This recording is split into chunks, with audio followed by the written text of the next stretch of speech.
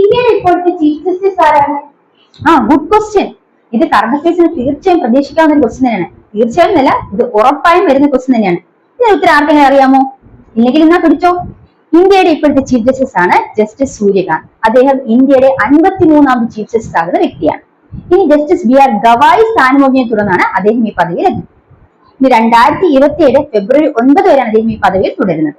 ഇനി അദ്ദേഹത്തിനെ കുറിച്ച് കുറച്ച് വിശേഷങ്ങൾ അറിയണ്ടേ? ആദ്യം മനസ്സിലാക്കിയ പോയിന്റ് എന്താ പിടിച്ചോ.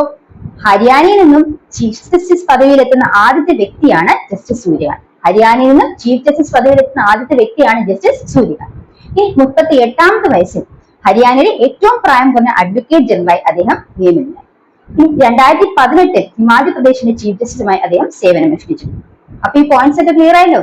തീർച്ചയായും ഇതെല്ലാം ഓർത്തു വെച്ചോളൂ. ഇതുപോലത്തെ പോയിന്റ്സ് ഒക്കെ നമുക്ക് ഇനിയും വരുന്ന ക്ലാസ്സിൽ കണ്ടു മനസ്സിലാക്കാം.